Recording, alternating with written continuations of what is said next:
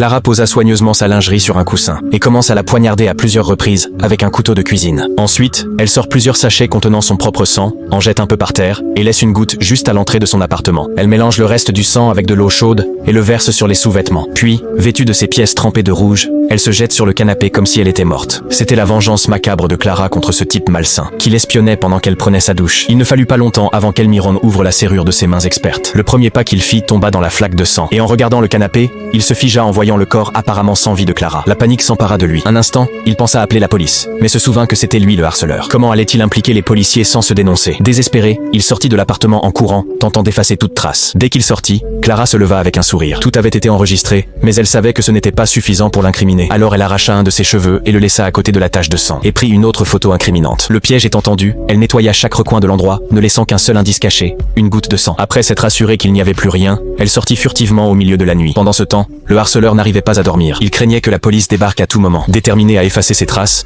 il retourna à l'appartement de Clara pour éliminer les preuves. Mais en entrant, il resta paralysé. Le canapé était vide, le corps avait disparu. Son cœur s'emballa tandis qu'il fouillait dans tous les recoins. Rien. Il sentit qu'il était devenu le bouc émissaire parfait. Le lendemain matin, sa peur se transforma en terreur quand il trouva une enveloppe sur son bureau au travail. À l'intérieur se trouvait un petit mot. C'était vous? Avec le mot se trouvèrent des photos du corps ensanglanté de Clara et de lui à l'intérieur de l'appartement. Sur l'une des images, juste à côté de la tache, il y avait un cheveu de la même couleur et de la même longueur que les siens. Ces preuves pourraient le condamner à vie. Quand la police arriva pour demander des informations sur la disparition de Clara, il tenta de garder son calme. Comme il n'y avait pas de preuves concrètes, ils le laissèrent partir. Pour l'instant. Mais il savait que c'était fini. Il l'avait à l'œil. Déterminé à prouver son innocence, il suivit secrètement les agents jusqu'à l'appartement et les observa tandis qu'il découvrait la goutte de sang sur le canapé. Une analyse au luminol révéla les traces d'une énorme quantité de sang sur le sol. C'est alors qu'il comprit. Clara avait planifié chaque détail pour l'incriminer. S'il ne trouvait pas le vrai coupable, il finirait en prison pour un meurtre qu'il n'avait pas commis. Il fouilla dans sa mémoire, tentant de se rappeler quelqu'un qui haïssait Clara à ce point. Mais après l'avoir espionnée pendant plus de 100 jours, il ne l'avait jamais vue se disputer avec personne. Sans alternative, il décida d'enquêter sur sa vie en ligne. Et il découvrit alors un compte suspect. Une femme qui laissait des commentaires cruels sur les lives de Clara jusqu'à la faire pleurer une fois.